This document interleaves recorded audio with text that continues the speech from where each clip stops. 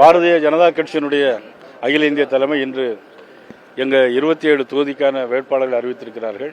தேசிய ஜனநாயக கூட்டணியோடு சேர்ந்து 27 தொகுதிகளிலும் வெற்றி பெற்று 27 சட்டமன்ற உறுப்பினர்களை தேசிய ஜனநாயக கூட்டணியோடு சேர்த்துக் கொள்வோம் என்ற உறுதிமொழியினை இந்த நேரத்தில் நாங்கள் தெரிவித்துக் கொள்கிறோம். பல புதுமுகங்களுக்கு வாய்ப்பு அளிக்கப்பட்டிருக்கு.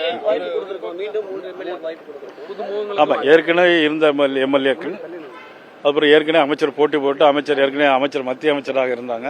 இப்போ அகில இந்திய தலைமை அவங்கள மறுபடி சட்டமன்ற தேர்தலுக்கு நிக்க சொல்லி இருக்கிறாங்க. ஆக இது அகில இந்திய தலைமை எடுத்த முடிவு. என்ன வியூகம் சார்? இதுல அமைச்சர் திரும்ப மாநில அரசியலுக்கு வர்றாங்க, தேசிய அரசியல் இருந்து என்ன வியூகம் சார்? எங்க அகில இந்திய தலைமை என்ன சொல்லுதோ நாங்க அதை செய்வோம்.